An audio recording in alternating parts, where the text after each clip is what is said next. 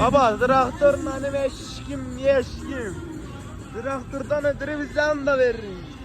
Safa bak saf olsun.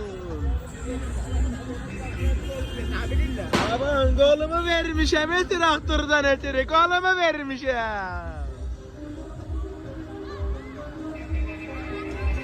Baba ben ne olacağım?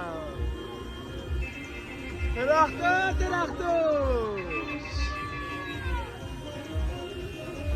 Türk uşakların beraber ve tur açtı.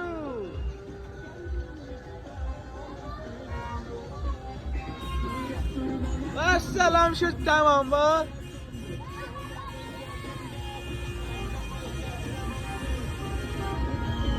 Traktör kahraman olmayacaktı, kim kahraman olacaktı? Traktör kahraman.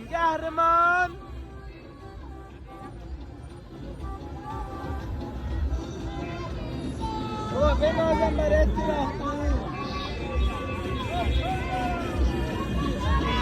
Baba yaşasın Türk uşakları. Yaşasın tamamen traktör taraflarından Türk uşakları.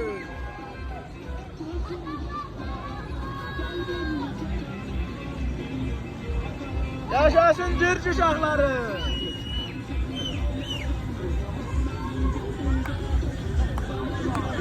Aras, selam ver Aras. Aras, selam ver. Yaşasın traktörle Türk uşakları. Kolumu traktörden ötürüme vermişim. Babam traktör uşakları yaşasın. Yaşasın Türkçülerle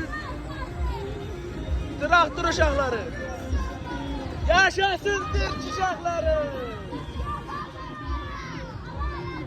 Yaşasın babam.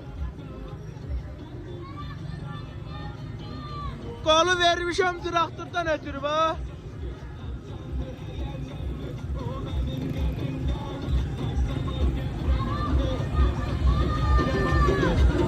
Salam ağa.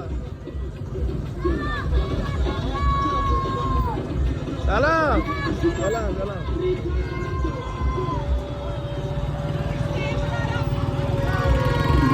Salam aleyküm. Baba ben ne olacağım? Traktör kahraman çıkıptı.